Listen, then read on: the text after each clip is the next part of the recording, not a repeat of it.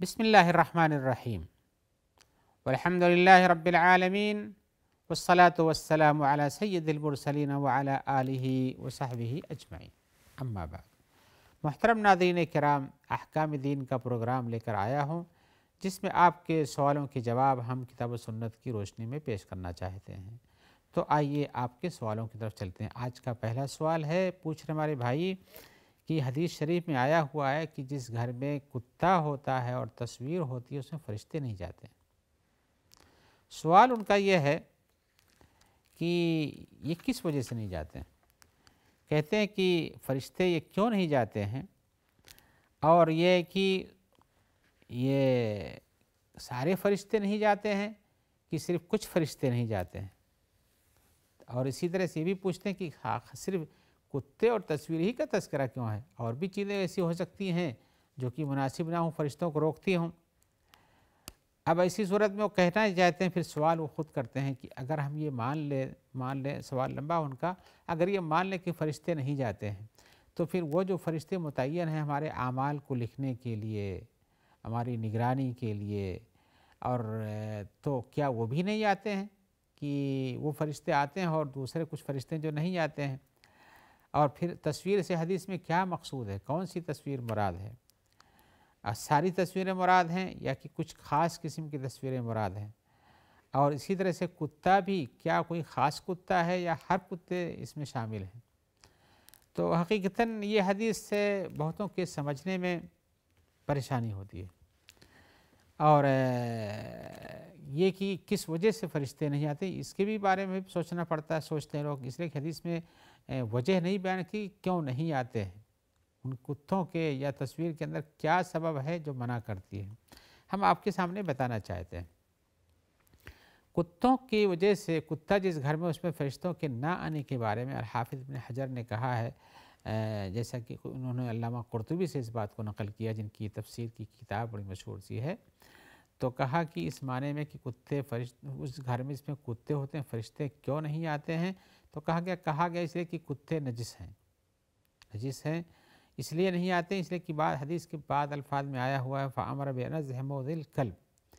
جس سے کتے کا تذکرہ آیا ہوا کہ رسول اللہ صلی اللہ علیہ وسلم کے پاس جبریل دیر سے آئے،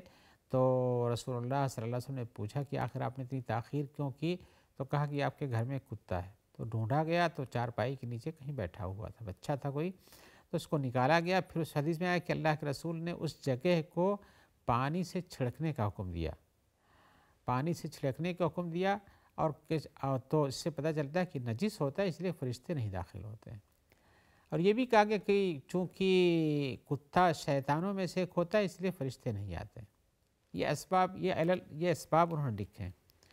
اور کہا گیا ہے کہ کتا نجس العین نہ صحیح، لیکن کتا عام طور سے نجس چیزیں کھاتا پیتا ہے اور اس کے جسم سے وہ چیزیں لگی رہتی ہیں، اس لیے کتے کے موجودگی میں وہ نجاست وہاں رہتی ہے، اس لیے فرشتے آنے سے پرہیز کرتے ہیں۔ لیکن تصویروں کا معاملہ کیا ہے؟ تو تصویروں کے بارے میں علماء نے بتایا کہ تصویروں کے لیے اس لیے نہیں آتے ہیں کہ یہ روح والی تصویریں مراد ہوتی ہیں جس میں روح ہوتی ہے، اور روح والی تصویریں بنانا یہ منع ہے شریعت میں، تو اس لیے وہ کبیرہ گناہوں میں شامل، اس لیے اس سے بچتے ہیں۔ یہ کہ تصویریں بنانا یا اللہ تبارک و تعالیٰ کی تخلیق کی مماثلت کرنا ہے، اس لیے بھی یہ گناہ کا کام ہے، اس لیے وہ اس سے بچتے ہیں۔ تو یہ چیزیں جو گندگی کی طرف لے جاتی ہوں، یا کہ جیسے کتا ہے یا اس طرح سے تصویریں ہیں، یہ شیطانوں کو کھینچ کر لانے کے ذرائع ہیں، لیکن یہ فرشتوں کو دور رکھنے کے ذرائع بن جاتے ہیں۔ اور چونکہ کسی بھی تصویر میں بنانا ایک معصیت ہے، اس لیے اس گناہ گار کے گھر میں جہاں تصویریں لگی ہوں وہاں بھی نہیں آتی ہیں چیزیں۔ لہذا اس طرح سے جب آدمی جو چیز منع کی گئی شریعت میں اس کو کرنے کی بنیاد پر اس کو سزا کے طور پر وہ فرشتے بھی نہیں آتے ہیں جو برکت کے ہوتے ہیں، یہ مراد ہے، وہ آنا بند کر دیتے ہیں۔ لہذا یہ بچنا چاہیے۔ اسی حکم میں ہم یہ بھی بتانا چاہتے ہیں، کسی کتا اور تصویروں کے حکم میں گھنٹیاں بھی ہیں، اور اسی طرح سے جو باجے زور زور سے بجائے جاتے ہیں وہ بھی ہیں، اس لیے کہ حدیث میں آیا ہوا لا تسحب الملائکۃ رفقۃ فیہا کلب ولا جرس، یہ مسلم شریف کی روایت ہے کہ فرشتے اس جماعت کے ساتھ بھی نہیں رہتے ہیں، ان لوگوں کے ساتھ بھی نہیں رہتے ہیں جو اپنے ساتھ کتا یا گھنٹی رکھتے ہوں۔ تو ایسی صورت میں اس سے بچنا چاہیے۔ لیکن یہ سوال جو آپ کا یہ ہے کہ کیا ہر قسم کے فرشتے نہیں آتے ہیں، تو جواب نہیں کہیں گے نہیں ایسی بات نہیں ہے۔ یہ فرشتے جو نہیں آتے ہیں وہ برکت کے فرشتے ہیں، جو دعا کرنے والے فرشتے آپ کے ساتھ ہیں۔ لیکن وہ فرشتے جو آپ کی حفاظت پر، انسانوں کی حفاظت پر مامور ہیں، یا ایک اس طرح سے وہ آپ کے کرامن کاتبین جس کو کہا جاتا ہے، آپ کے اعمال نامے اعمال کو لکھتے ہیں، دائیں بائیں ہوتے ہیں، تو یہ فرشتے اس سے مستثنی ہیں۔ یہ تو آپ کے ساتھ ہی رہیں گے، آپ گناہ کرتے ہیں یا اچھائی کرتے ہیں تو اس وقت بھی وہ آپ انہیں نوٹ کرنا رہتا ہے، آپ کے گھر میں ایسی چیزیں ہوں تب بھی انہیں نوٹ کرنا رہتا ہے، تو وہ فرشتے نہیں مراد ہیں۔ اس میں برکت عام فرشتے شامل، وہ فرشتے شامل ہیں، باقی اور دیگر فرشتے شامل ہو سکتے ہیں۔ اور کتے ہی کا تذکرہ کیوں کیا آیا ہے؟ اس لیے کہ عام طور سے کتا جو ہے عام طور سے لوگ رکھتے ہیں، یا کہ سفر میں جانے والے سے جانوروں کی بھیڑ کے ریوڑ کے ساتھ، یا کہ ان کی جو قطار چلتی تھی اونٹوں کی، ان کے ساتھ ایک گھنٹی باندھ کے رکھتے تھے تاکہ دوسروں کو پتہ رہے کہاں چل رہے ہیں اور کون اونٹ بھی اس کے ساتھ چلتے ہوں، اس لیے اس سے روکا گیا ہے۔ اور حدیث میں جو آیا ہے کہ فرشتے آتے ہیں، اور ایک کہ حدیث فرشتے آپ کے ساتھ ہمیشہ رہتے ہیں، وہی مراد ہے کہ یہ فرشتے جو لوگ اللہ کے پاس اللہ کی طرف سے رحمت لے کر آتے ہیں، یا انسانوں کے لیے استغفار کرتے ہیں، اور اسی طرح سے یہ فرشتے ایسے غلط کار لوگوں کے پاس نہیں پہنچتے جو اس قسم کا کام کرتے ہوں، کتوں کو اپنے گھر میں پال کے رکھتے ہوں، یا اسی طرح سے تصویروں کو محفوظ کر کے رکھتے ہوں۔ اب اس تصویروں کا مسئلہ بھی الگ ہے، ہم ابھی آگے بتائیں گے آپ کو۔ اور اسی طرح سے لیکن جو فرشتے آپ کی حفاظت پر ہیں وہ ہمیشہ رہتے ہیں، اور یہی وجہ ہے کہ ہم یہ بتانا چاہیں گے کہ حضرت انس بن مالک نے کہا ہے کہ جب اپنے گھر والوں پہ آؤ تو سلام کرو، یا اسی طرح سے اس سے برکت ہوتی تمہارے اوپر۔ یہ ہم اس لیے پیش کرنا چاہتے ہیں کہ جب آپ کے گھر میں برکت والے فرشتے نہیں آتے جو آپ کی استغفار کرتے ہیں، آپ کی حفاظت پہ ہو کے لیے، آپ کے اس کے دعا کے ذریعے سے آپ کو فائدہ پہنچتا ہے، یہ فرشتے جب دور ہو جاتے ہیں تو گھروں میں جھگڑے جھنجھٹ بڑھ جاتے ہیں، اختلافات بڑھ جاتے ہیں، اور اسی طرح سے برکت کے اسباب گھٹ جاتے ہیں۔ لہذا بلا شبہ ایسی چیزوں کو نہیں کرنا چاہیے جو برکت کے اسباب کو گھٹائے۔ اسی لیے حدیث میں آیا کہ جب تم نماز پڑھو تو کچھ نمازیں اپنی گھر میں بھی پڑھا کرو، اس لیے کہ گھر میں نماز پڑھنے سے بہتری ہوتی ہے۔ اور یہ بات اپنی جگہ پر صحیح ہے کہ کتے سے مراد یہ کتا، اس میں کتے کی کئی قسمیں ہم بیان کریں، یا بولیں کہ انہوں نے پوچھا کہ ہر قسم کے کتے ہیں، نہیں، ہر قسم کے کتوں کی بات نہیں ہے، بلکہ وہ کتے جو کسی جانور اور ریوڑ کی حفاظت کے لگائے جاتے ہیں، یا اسی طرح سے ان کے ساتھ رہتے ہیں، یا کسی گھر پہ حراست کے کتے لگے ہوئے ہیں، نگرانی کے کتے لگے ہوئے ہیں، تو ان کی وجہ سے نہیں ہے یہ بات، اگر کسی صحیح مقصد میں استعمال ہو رہے ہیں تو۔ لیکن اگر صحیح مقصد میں استعمال نہیں، ایسے کتوں کا مسکن بنا دیا گھر کو، تو یہ غلط ہے، اس سے بچنا چاہیے، اس سے پرہیز کرنا چاہیے تاکہ فرشتے رحمت کے گھر میں جا سکیں۔ آئیے ایک اور سوال جس کو ہم پیش کرنا چاہتے ہیں وہ پوچھ رہے ہیں، اور یہ عام طور سے سوال ہے لوگوں کے پاس ہوتا ہے اور ہونا بھی چاہیے، کہ پوچھ رہے ہیں کہ کیا اپنے موبائل میں ہم موبائل بجتے وقت اس میں جو کال آتی ہے، جب کال بجتی ہے تو اس وقت اپنی موبائل میں ہم اذان کی آواز سیٹ کر لیں، یا ایک ہی قرآن کی کچھ آیتیں سے آیت سیٹ کر لیں، اور جب تک وہ اٹھائیں نہیں، جب تک وہ بجتی رہیں، کیا ایسا کرنا درست ہے؟ ہمیں بتانا چاہیں گے کہ نہیں، یہ کام اچھا نہیں ہے۔ اس کی وجہ کیا ہے؟ اس کی وجہ یہ ہے کہ قرآن مجید کی آیتیں اتاری گئی ہیں پڑھنے کے لیے، برکت حاصل کرنے کے لیے، عبرت حاصل کرنے کے لیے، نہ ایک ہی ایسے کام استعمال کرنے کے لیے جو آپ کے جس مقصد کے لیے اتاری نہیں گئی۔ لہذا قرآن مجید کے اتارنے کا جو مقصود ہے، اس مقصود میں اس کو استعمال کرنا چاہیے۔ پڑھیے، عبرت حاصل کیجیے، برکت حاصل کیجیے، ان کاموں کے لیے، نہ کہ آپ اس کو موبائل کی ایک ٹون بنا لیجیے اور اس میں استعمال کیجیے۔ اس کے علاوہ یہ بھی ہے کہ آدمی اس ٹون کو لگاتا ہے تو اس لیے نہیں کہ قرآن مجید ہے، بلکہ جس قاری صاحب کی تلاوت اس کو پسند ہے، ان کی آواز کو سیٹ کرتا ہے، ان کی آواز سننا چاہتا ہے، اسی لیے اس کے سننے سے کہتا ہے کہ ہم کو رقت طاری ہوتی ہے، لیکن رقت کہاں طاری ہوتی ہے؟ جب آپ مستقل سنتے ہوں، جب نہ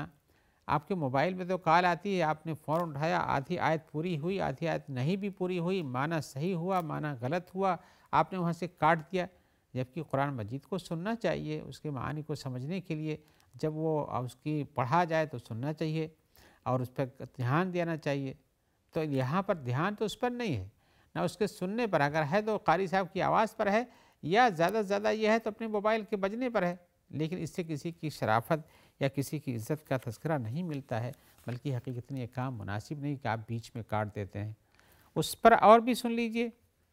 یہی نہیں ہے کہ کاٹ دیتے ہیں، موبائل آپ کی جیب میں ہوتی ہے اور برابر رہتی ہے، آپ پاخانہ گھر میں جاتے ہیں، پیشاب گھر میں جاتے ہیں اور وہاں بھی بجنی شروع کر دے، اس لیے فون کرنے والے کو تو یہ پتہ نہیں کہ آپ کہاں بیٹھے ہوئے ہیں،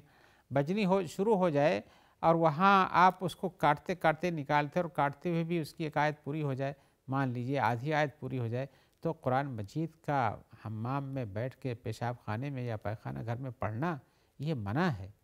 منع ہے، یا اس طرح سے وہاں سننا بھی منع ہے، آپ وہاں لگا کے سنتے ہو، آپ کے لگا کے سننے کے درجہ ہوا یہ بھی منع ہے، لہذا اس سے پرہیز کیجئے اور اس سے بلکہ بجائے اس کے کہ فائدہ ملے نقصان ہوتا ہے۔ قرآن مجید کے تو آیتوں کو پوری آیت مربوط جیسی ہوتی ہے اس کو سننا چاہیے، پڑھنا چاہیے اور اس سے عبرت حاصل کرنی چاہیے، لہذا اس سے بچیے، قرآن مجید کی آیتوں کو ٹون کے طور پر استعمال مت کیجیے۔ دوسری بات آپ نے اذان کی بات کہی ہے، میں نے تو قرآن مجید کی آیتوں کا تذکرہ اس لیے کیا کہ لوگ اس کو بھی ڈالتے ہیں اور کسی قاری صاحب کی قرأت شروع ہو جاتی ہے وہ فون آنے کے ساتھ ہی۔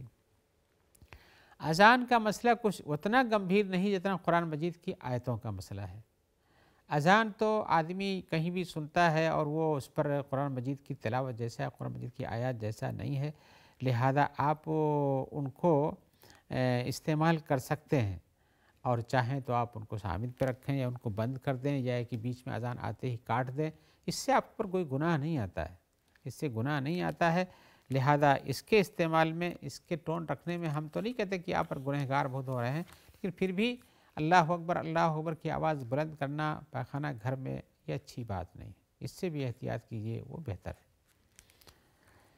آئیے ہم ایک اور سوال کی طرف چلتے ہیں۔ سوال میں ہمارے بھائی پوچھ رہے ہیں کہ کچھ لوگ ہمارے بھائیوں میں ایسے ہیں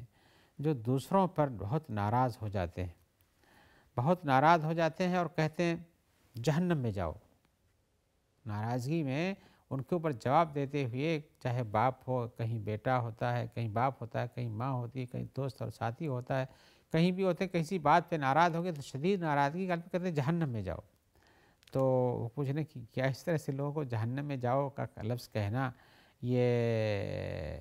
صحیح ہے، یا کسی کو کسی سے تکلیف پہنچتی نہیں سامنے ہوتا ہے تو بھی بد دعا کے لیے طور کہتا ہے جہنم میں جائے، جہنمی ہے یا جہنم میں جائے، یا کسی ایک آدمی کو کہتا ہے یا کہیں پوری پارٹی کو بھی جہنم میں بھیجنے کی کوشش کرتا ہے۔ یہ پوچھ رہے ہیں کہ کیا اس طرح سے کہنا درست ہے، یہ ہمیں کہنا چاہیے یا اس سے بچنا چاہیے؟ تو ہم جواب میں کہتے ہیں کہ نہیں، یہ کہنا درست نہیں ہے۔ کسی بھی آدمی کو آپ جہنم میں بھیجیں تو اس سے جہنم میں نہیں جاتا ہے، اور آپ جنت میں بھیجیں تو اس سے جنت میں بھی نہیں جاتا ہے، اس کے اعمال ہوتے ہیں جو اس کو کام آتے ہیں، آپ کی دعا ہوتی جو اس کو کام آتی ہے، لیکن آپ کی بد دعا سے کوئی جہنمی ہو جائے اور اس نے کوئی ایسا گناہ نہیں کیا ہے تو آپ کی بد دعا سے کوئی جہنم میں نہیں جاتا ہے، بلکہ اسلام کا طریقہ کار تو یہ ہے کہ ہمیں غلط کاروں کو راہ راست پہ لانا چاہیے، ہدایت کی دعا کرنی چاہیے، نہ کہ جہنم میں بھیجنا چاہیے۔ رسول اللہ صلی اللہ علیہ وسلم نے اپنی زندگی میں ایسا ہی کیا ہے۔ جو لوگ غلط کار ہوتے ہیں ان سے ملتے ہیں تو آپ بجائے سے کہ آپ ان کو بد دعا دیں، ان کو آپ غلط کہیں، ان کی تکلیف دہ چیزوں پر برداشت نہ کرتے ہوئے ان کو جہنم رسید کر دیں، ایسا نہیں، بلکہ آپ ان کے لیے ہدایت کی دعا کرتے تھے۔ آپ کی زندگی میں سے بہت سارے واقعات ہیں، طائف کی زندگی میں جب آپ گئے تھے اور وہاں سے آپ واپس بھیجے گئے مار پیٹ کر کے، یا اسی طرح سے اور بھی جگہیں ہیں، آئیے ان میں سے میں طائف کا تذکرہ تو سارے لوگ شاید جانتے ہوں گے کہ آپ وہ جب طائف میں گئے تھے مکہ سے مار کے لہو لہان کر دیا، پھر بھی آپ نے کہا کہ نہیں میں بد دعا نہیں کروں گا، نہ ان کو مٹانے کے لیے فرشتوں کو لگاؤں گا، تو اسی صورت میں اس سے بچنا چاہیے تھا۔ رسول اللہ صلی اللہ علیہ وسلم نے اپنی ایک حدیث میں فرمایا ہے، آپ کے بارے میں بتایا ہے کہ آپ کہتے ہیں انما مثلی و مثل الناس، کہ میری مثال اور لوگوں کی مثال کیسے، آپ اپنے ساتھ لوگوں کی مثال پیش کریں کہ کیسے ہے، کہتے ہیں کہ جیسے ایک آدمی کی مثال ہوتی ہے جو آگ جلاتا ہے، آگ جلانے کے بعد اس کے پاس کچھ کیڑے پتنگے آتے ہیں، اس میں گرنا شروع کر دیتے ہیں اور یہ اس میں گرتے ہیں، یہ آدمی ان کو ہٹانا چاہتا ہے لیکن ہٹا نہیں پاتا، غالب وہ گرتے ہیں، لیکن کہا آپ نے کہ میری مثال ایسے ہے کہ تم جہنم کے کاموں کے قریب جانا چاہتے ہو، میں اسے ہٹا ہٹا کے تم کو دور کرتا ہوں، کمر پکڑ پکڑ کے دور کرتا ہوں کہ ہٹ جاؤ. تو آپ اس طرح سے ہٹانے کا کام کرتے تھے. ایک یہودی غلام تھا، بچہ تھا، وہ بیمار ہوا، رسول اللہ صلی اللہ علیہ وسلم دیکھنے گئے، باپ سے کہا کہ تم مسلمان ہو جاؤ. تو اس نے بیٹے نے باپ کی طرف دیکھا تو کہا کیا کروں؟ بیٹے نے کہا کہ مان لو. باپ نے کہا مان لو. آپ نے کہا الحمدللہ جس نے اس کو جہنم سے بچا لیا. تو ایسی صورت میں کسی آدمی کو جہنم رسید کرنا یہ غلط ہے، اس پہ اتنا ناراض نہیں ہونا چاہیے بلکہ بچنا چاہیے اور لوگوں کے ہدایت کا راستہ اختیار کرنا چاہیے. آئیے اسی جواب کے ساتھ آج ہم آپ سے اجازت لیتے ہیں، اس امید کے ساتھ کہ انشاءاللہ تعالی آپ سے دوبارہ ملاقات ہوگی. آپ کے سوالات اور ہماری جانب سے ان کے جواب حاضر ہوں گے. جب تک کے لیے ہم دعا گو ہیں کہ اللہ تعالیٰ آپ کو اپنی عافیت میں رکھے اور جو لوگ آپ تک اس پروگرام کے پہنچانے میں مددگار ہیں ان سب کو بھی اپنی عافیت میں رکھے اور اجر جزیل عطا فرمائے. والسلام علیکم ورحمۃ اللہ وبرکاتہ.